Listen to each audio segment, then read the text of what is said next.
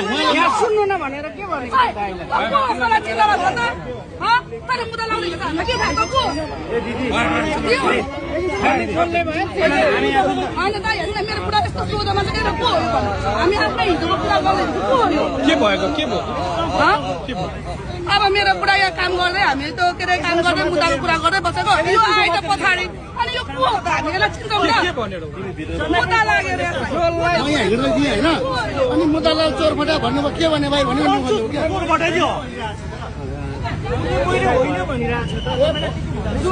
हो क्या कस्तो म झुट बोल्छु